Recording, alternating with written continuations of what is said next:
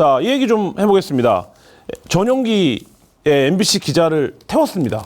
근데 이거를 뭐 언론들은 대승적 결단이다 뭐 이런 식으로 표현을 하던데, 자, 그 전에 앞서서는 외교부가 날리면 바이든의 자막에 대한 정정보도 청구 소송을 했는데 이 건을 어떻게 보십니까? 그러니까 이거를 정정 보도를 해달라고 언론중재위를 갔어요. 이걸 그러니까 뭐를 정정 보도하라는 거야? 근데 아무튼 갔어요. 구체적으로는 자막에다가 미국을 왜 넣냐 가로 열고 그거 뭐 했는데 거기서 우리가 언중이 많이 가봤어요. 우리가 또 가면은 뭐 이런저런 얘기하다가 그 언중위원들이 뭐 마치 뭐 고심하는 것처럼 한 다음에 무슨 중재를 시도를 합니다. 그래갖고 그러면은 이쪽 말씀이 이러니 반론이라도 좀 예? 반론 보도라도 좀 해주시오. 말고 알려왔습니다를 좀 실어주면 어떠냐? 네, 근데 MBC가 싫어요. 그랬어요. 그러면 이제 그 다음에는 이제 소송으로 가는 거거든요. 근데 이 건은 저도 뭐 원중이를 남부럽지 않게 가봤지만 알려왔습니다를 해줄 필요가 없어요. 왜냐하면 리포트로 이미 청와대는 그게 아니라는 얘기를 수차례 리포트를 했기 때문에 사실 뭐 알려왔습니다를 실어주는 게 MBC 입장에서도 의미가 없고 사실 이제 용산 입장에서도 의미가 없죠. 그러니까 뭔가를 이 족적을 남겨야 되는 거죠. 이게 아니다라고 하는 것에 대해서 MBC를 우리가 아니다라고 하게 만들었다라는 거에 대한. 근데 아무튼 요 국면 넘어갔으면 소송을 하는 건데 지금 이제 문제가 되는 거는 이게 외교부가 이 원고 적격성이 있냐 이 문제를 가지고 이제 1차적으로 얘기를 하는 거잖아요. 그러니까 원고 적격성이라는 거는 결국 이 보도를 통해서 피해를 본 거는 결론적으로 1차적으로 얘기하면 윤석열 대통령인데 왜 외교부가 이 소송을 하는 거냐 이런 의문이 있는 건데 외교부는 뭐 이렇게 주장을 하는 거죠. 이 보도 때문에 동맹이 훼손됐고 그 한미 관계, 한미 동맹에 대한 주무부처는 우리기 때문에 동맹이 훼손 안 됐다면서요. 외교부가 발표했잖아요. 네, 근데 몰라 이제 또 훼손이 뭐 될 뻔했나 그러면? 훼손 미수 사건. 네, 동맹 훼손 미수 사건. 아무튼 그렇기 때문에 우리가 원고 적격성이 있습니다 이렇게 주장을 하는 거예요. 근데 요 결론은 결국 이제 법원이 내야 될 것이고 법원이 만약에 이게 뭐 원고 적격성이 없는 것 같은데 그러면 각하시켜 버리겠죠. 근데 그게 아니면은 이제 소송 본안 소송으로 들어갈 거고 그러면 본안 소송에서 또 가려야 되는 게 뭐냐면 이게 허위 보도인지 왜곡인지를 판단을 하려면 원래 그러니까 이게 가짜 뉴스인지를 판단하려면 진짜 뉴스는 뭐냐 그러면 그리고 진짜 뉴스라는 거는 과연 그러면 윤석열 대통령은 뭐라고 얘기한 거냐? 네? 윤석열 증인으로 나와야 된다? 대통령 증인으로 출석해야 됩니까? 그렇진 않겠죠. 네. 그 함부로 대통령을 부르고 이럴 수가 없죠. 그러면 어떻게 해야 됩니까? 법원도 압수수색해야 됩니까? 아닙니다. 소리 전문가 와야 됩니다. 소리 전문가가 와가지고 이게 뭐 무슨 뭐가 어쩌고 하면은 그거를 또 증거로 인정할 건지 말 건지를 얘기를 하고 서로 뭐 그래서 시간이 막 가요. 시간이 막 가서는 우리가 이제 별로 신경 안 쓸 때쯤에 이것도 저것도 아닌 결론이 나오고 별로 그렇게 대단한 소송이 아니게 될 것이다라고 저는 봅니다. 법원에서 만약에 이게 바이든이라고 판단해버리면 뭐 바이든이라고 명시적으로 판단할지 모르겠지만 이게 허위 보도이거나 왜곡 판사가 이거 바이든으로 들린다 그러면 이게 허위나 왜곡이라는 결론에 이르기는 대단히 어려워요. 그런 건 없어요. 내가 볼 때는. 김수현 평론가 어떻게 보십니까? 그 왜 자기한테 불리한 걸 다시 끄집어내가지고 승부를 걸려고 하는지 굉장히 의문스러운 거고 뭐 자꾸 그 국익을 훼손했다라고 하는데 지금 이거 소송해봤자 소용이 없는 거예요. 대통령이 또 UAE 가가지고 UAE의 적은 이란, 형제국의 적은 적 이래가지고 또 본인이 훼손을 했는데 이걸 어떻게 감당하려고 이걸 이런 식으로 본인이 말한 거에 대한 책임도 못 지면서 남이 얘기한 거에 대해서 그렇게 공세를 퍼부을 수 있는지 궁금하고 그리고 이게 불공평한 게 국민의힘을 언론이라고 쳐봐요. 국민의힘이 언론이다. 근데 국민의힘이 뭐라고 주장했습니까? MBC나 여타 언론들이 오해를 했다고 주장을 한 것을 넘어서서 조작이라고 얘기했거든요. 여기에 대해서 정정보도 청구소송 언론이면은 당하는 거 아니에요. 악의적인 보도잖아요. 근데 본인들은 거기에서 책임을 회피하고 있으면서 그리고 이렇게 가면은 앞으로 대통령 이상한 말 했는데 다 그렇게 안 들리는데 라고 우겨버리면 그렇게 보도한 언론의 잘못이다. 자막을 그렇게 단 언론의 잘못이다. 다 이런 식으로 가게 되는 거죠. 제가 언론중재위를 간 게 뭐 한 10번은 넘겠죠? 20번 정도 될 것 같은데 이런 일이 있습니다. 열심히 얘기를 해요. 언론중재위는 이제 각각의 입장을 말하는 거잖아요. 조정을 이렇게 하죠. 뭐 이렇게 못하겠는데요? 나와요. 실무자가 얘기합니다. 뭐 무슨 말씀하시는지 저희 충분히 이해하죠. 한겨레가 충분히 보도할 수 있는 내용인데 저희 의원님이 저희 회장님이 도저히 안 된다고 하셔갖고 저희는 소송을 갈 수밖에 없을 것 같습니다. 그거를 이제 심기소송이라고 부르는데 외교한대로 끝은 뭐 유야무야 되죠. 이 전형적인 중재를 거친 심기소송이 아닐까라는 생각을 해보면 누구의 심기가 되게 불편한 거예요. 그렇죠. 그리고 제가 볼 때는 지금 김수민 평론가님 말씀하셨듯이 곧 김은혜 수석이 나올 수도 있어요. 나와가지고 여러분 잘 들어보십시오. 예. UAE의 적은 이란이라고 한 게 아니고 이런 UAE 적은 이란이라고 했습니다. 섣불리 이란으로 보도하지 말아주십시오.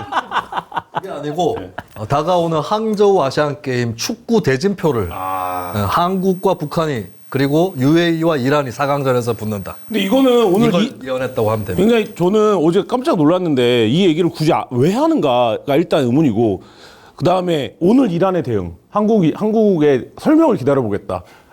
말로 일단 해명을 해보시지. 거의 이런 분위기던데 대통령의 이 UAE의 적은 이란이고 우리의 적은 북한이다. 이 발언 이걸 또 군부대가 한 거란 얘기 한 발언이거든요. 어떻게 보십니까, 김연아 평론가? 그러니까는 대통령님은 좀 제발 참모들이 뭘 준비하고 그러면 좀 이렇게 숙지를 하시고 그리고 아무데나 가서 그렇게 하고 싶은 말씀 하면 안 된다라는 거를 이제는 좀 체득을 하셔야 돼요. 그러니까 그게 예를 들면은 정말 이 군부대의 우리 장병들하고 이렇게 있다가 오늘은 내가 군 통수권자니까 오늘은 삼겹살에 소주 한번 하자. 여기가 딱 놓고 말이야. 그래갖고 취해가지고 뭐 이렇게 하다가 나온 말이다. 지금 너무 취했어. 나가 밖에 나가. 바람 좀 쐬고 와. 밥 얘기하니까 국방부 업무보고에서 네. 밥 얘기 했잖아요. 네. 장병들 밥을 잘 줘야 된다고. 네. 다 외교 안보 상황 브리핑하고 막 했는데 장병들의 사기를 위해서는 나는 진짜 진심이다 그분. 차라리 밤 얘기를 하는 게 낫죠. 이란 얘기하는 것보다. 국방부 업무보고를 하는데 그 전에 무슨 뭐 앞으로 북한에 도발이 있을 수밖에 없고 세계는 뭐 이렇게 가고 있고 맞아요. 미국 편을 서야 되고 확장 억제를 강화해야 되고 우리가 훈련을 열심히 해야 되고 훈련을 하여튼 많이 해야 된다고 하면서 그리고 우리 장병들 식사를 잘 시켜야 됩니다. 엄청 강조를 이렇게 하는 밥이 중요한데 그 밥에서 핵심은 뭔지 알아요? 그거 고민해본 거예요. 작은 부대들도 밥을 잘 줘야 된대. 그러니까 실패한 군인은 용서할 수 있어도 배급에 실패한 군인은 배식에 실패한 군인은 용서 못한다. 그러니까 요 진심이 있는데 근데 그게 뭐 취해서 한 얘기다 그러면 나는 뭐 술 먹고 한 얘기다 그러면 이해하는데 여기는 지금 그런 데가 아니에요. 거기가 아크 부대잖아요. 그렇죠. 아크 부대는 오늘 외교부가 막 설명을 했지만 거기 파병을 한 거잖아요. 그렇죠. 아랍에미리트에. 그 파병을 근데 왜 했냐. 아랍에미리트 군이랑 무슨 연합작전을 해가지고 무슨 뭐 예를 들면 예멘 내전에 개입을 하고 이란이랑 한판 붙고 이런 부대가 아니에요. 거기서 뭘 하냐면 아랍에미리트 군의 그 특수전 훈련을 시켜주고 있어요, 우리가. 그리고 거기 있는 우리 교민들의 안전을 또 책임지고 도모하고 그러면서 또 미국에서 특수전 부대 와가지고 또 거기서 교류도 하고 이러면서 우리도 이제 거기에 대해서 이제 좀 경험을 쌓고 그리고 아크 부대가 있으니까 또 아랍에미리트에다가 방산 수출하는 것들이 있거든요. 이런 것들을 하고 있는 건데 거기 대통령이 가셔가지고 마치 그렇게 명시적으로 얘기한 건 아니지만 마치 우리 주적은 북한, 아랍에미리트 주적은 이란 이래가지고 우리는 북한과 이란에 싸우는 하나의 어떤 이 군사동맹처럼 이렇게 얘기를 하면은 그럼 아크 부대가 거기 있는 의미와 맥락 자체 완전히 달라지고 그건 제가 볼 때는 아랍에미리트로도 황당한 거예요. 왜냐하면 그 중동 정세라는 거는 그 중동 정세가 엄청 복잡합니다. 그래가지고 옛날에는 약간 그래도 단순했어요. 뭐 순위파냐 시아파냐 요거 가지고 대충 비벼볼 수 있었는데 요새는 순위파냐 시아파냐 갈등, 그 다음에 이게 세속주의냐 근본주의냐 갈등, 그 다음에 왕정이냐 공화정이냐 갈등, 그 다음에 그 외에도 뭐 지정학적인 위치에 따른 갈등, 그 다음에 부족 간 갈등, 민족 간 갈등 이래갖고 다 엉망진창이 돼가지고 무슨 뭐 다 각자 도생해가지고 자기들끼리 무슨 매일매일 이게 동맹 맺고 동맹 끊고 이런 게 막 엉망진창이거든요. 그런 상황인 그런 정세에 대해서 아랍에미리트하고 이란이 이 주적 관계다라고 얘기하는 것은 사실이 아닐 뿐더러 지금 상황에서는 어떤 전선에서는 그러고 있는데 어떤 관계에서는 그렇지 않아요, 지금. 그렇게 얘기하는 것 자체가 틀린 말일 뿐더러 그렇게 얘기를 해서 오히려 아랍에미리트를 곤란하게 만들고 그리고 아크 부대가 거기 있어야 되는 의미나 이런 것들을 축소시키고 앞으로 우리가 나아가서는 이런 맥락들이 꼬이면서 국익에 손해를 볼 수도 있는 그런 발언을 한 것이기 때문에 안 된다 이런 말은 참모들이 말릴 때 좀 들으셔야 된다. 네. 아랍에미리트랑 이란이랑 그렇게 적대적인 관계도 아니에요. 한때 한 7년 전쯤에 관계가 나빠져서 대사급이었다가 공사급으로 낮아지긴 했는데 사실 두 나라 간의 경제적인 협력이 굉장히 긴밀하고 두바이에도 이란 사람 엄청 많이 살거든요. 그리고 두바이 경제 위기를 이란 자금으로 넘겼다는 말이 나올 정도고 게다가 작년에는 다시 외교가 대사급으로 격상이 됐어요. 관계를 회복하고 있는데 윤 대통령이 MBC 보고 동맹을 이간질했다고 그랬는데 본인은 UAE랑 이란을 이간질하고 있다. 이거 이란에서 정정보도 청구하면 어떡할 거예요? 어? 그리고 진짜 이건 다시 들어주십시오. 이런입니다.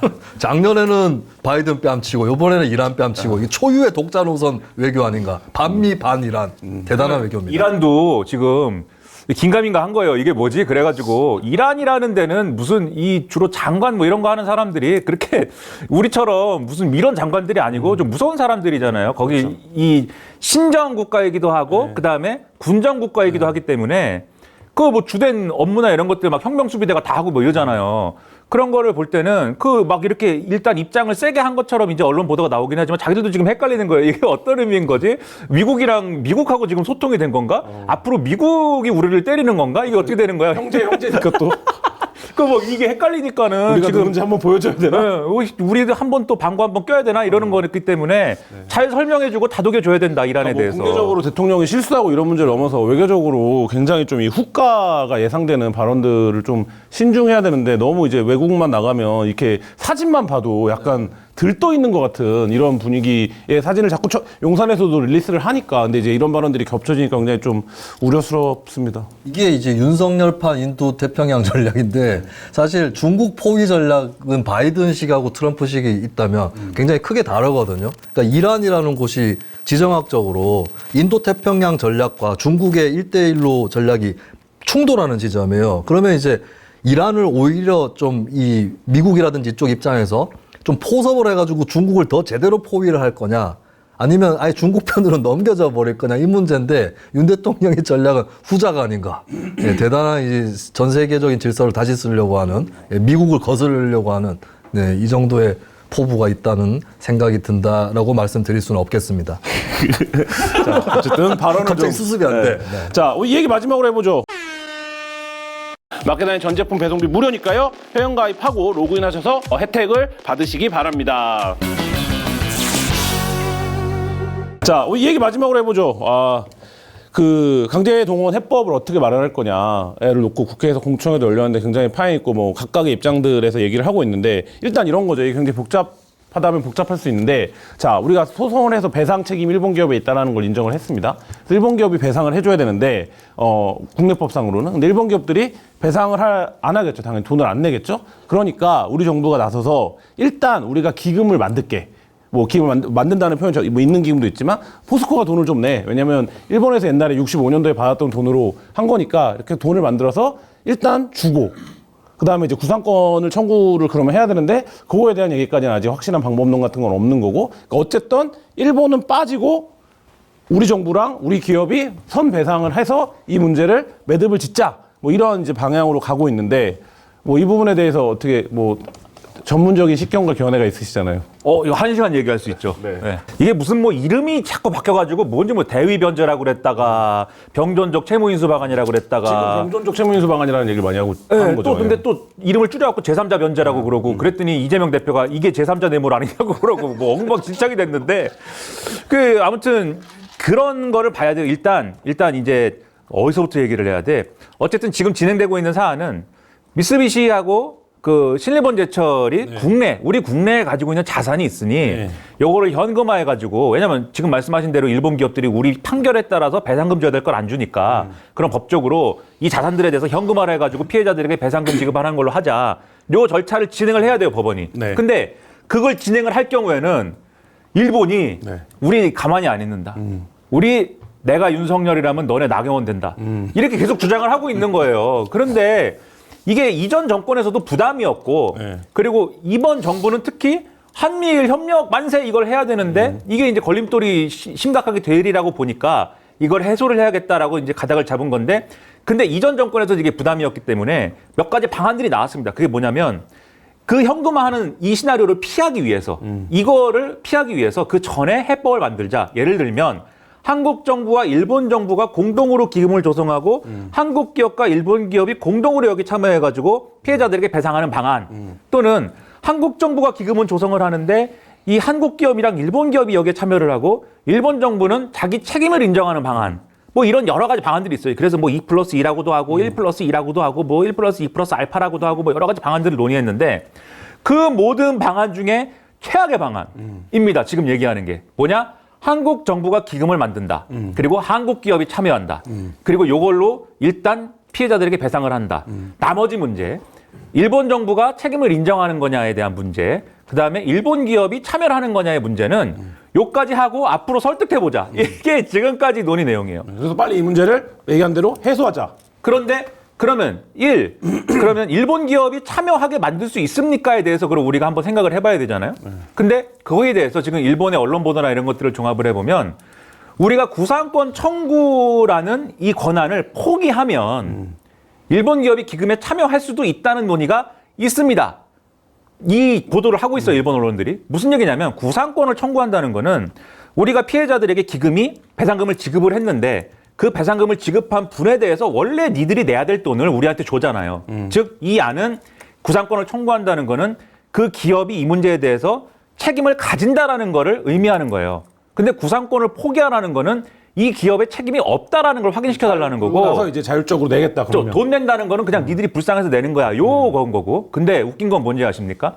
이런 경우에도 미쓰비시나 실본제철 같은 직접적인 연관 있는 기업들이 기금에 참여하는 거냐, 구상권 취소해도, 그러니까 포기해도 그거는 모릅니다. 안 될걸요? 이게 일본 보도 내용이고. 내 생각에는 그렇게 되면 소프트뱅크가 낼 것 같아요. 네. 그다음에 두 번째로 시간이 없었고 막 네. 접고 있는데 그 성격이 좀 급해가지고 그죠?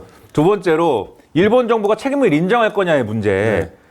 과거 정부부터 계속 우리 입장입니다를 확인해온 과거사 문제에 대해서 통절한 반성과 사죄합니다. 라는 입장을 다시 한 번만 확인해 주시면은 그거 우리가 사과를 인정할 수 있습니다고 우리 정부가 얘기를 하고 있는데 그거는 지금 강제동원 배상하고는 관계가 없는 거예요.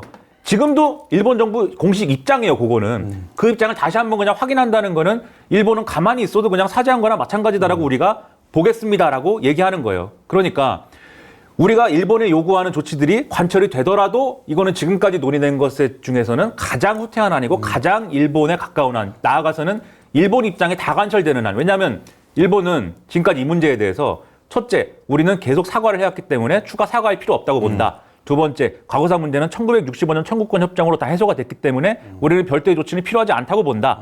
이거거든요. 이거 인정되는 안인 거죠. 사실 이렇게만 가면. 자, 상황은 지금 김민하 평론가가 설명해 주셨고 윤석열 정부 왜 이렇게 이 문제에 대해서 복잡하고 예를 들면 민족적인 감정들이라든지 여러 가지 문제들을 건드릴 수 있는 정책으로 굉장히 예민한 사안인데 왜 이런 최악의 안으로 가고 있다고 보십니까? 일단 한미일 동맹이라고 하는 것에 굉장히 마음이 바쁜 거죠.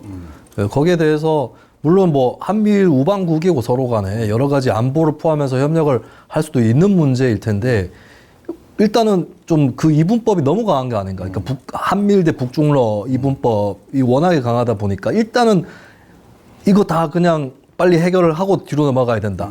이 생각이 너무 사로잡혀 있다. 예를 들면은 한일 간의 안보 협력이나 혹은 일본이 유엔 안보리에 상임이사국으로 진출하는 문제라든지 이런 것들을 좀 거꾸로 이용을 할 수도 있는 거예요. 사실 김대중 오부치 선언도 그런 맥락에서 나왔던 성과였던 거고 거꾸로 예를 들어서 요즘엔 좀 잠잠한 것 같은데 일본의 이름이 뭐였죠? 무슨 시게루? 아닌데? 잘 나가던 정치인이 있었잖아요, 자민당에. 대중성은 높은데 당심이 따라주지 않는. 이 갑자기 이시바시게인가 이름이? 네. 이시바입니다. 네. 그 사람 같은 경우도 그 과거사 문제에 굉장히 적극적이에요. 한국 친한파적이에요. 근데 잘 살펴보면 일본의 무장을 추구를 하고 있거든요. 그 사람은 방위족이에요. 네. 근데 어쨌든 간에 일본의 보통 국가로 가고 싶어 하는 그 생각을 거꾸로 활용을 해서 과거사 문제라든지 여기에 활용을 할 수도 있는 건데 거기에 대한 보관이라든지 대비는 안 돼 있었던 거죠. 그러다 보니까 그냥 끌려가는 그런 행보를 취하고 있는데 근데 다시 말씀드리지만 저는 뭐 현금화를 피해야 된다거나 뭐 또 양국 간의 해석이 다른 문제를 일방적으로 매각을 할 수 없다는 생각은 일리가 있는 생각이지만 근데 최소한도로 예를 들면 일본의 최고재판소에서도 2007년에 중국인 강제동원 피해자에 대한 판결을 내릴 때 배상에 대해서는 기각 판결을 내렸지만 판결 끄트머리에 이 사람들이 엄청난 피해를 입었기 때문에 기업에서 이 사람들을 좀 자발적으로 도와줘야 된다라는 취지의 판결을 하거든요. 그러면 적어도 최소한 가해 기업의 사과, 지원 여기까지는 받아내야 되는데 예, 그게 안 되기 때문에 최악이다 평가를 하는 거죠.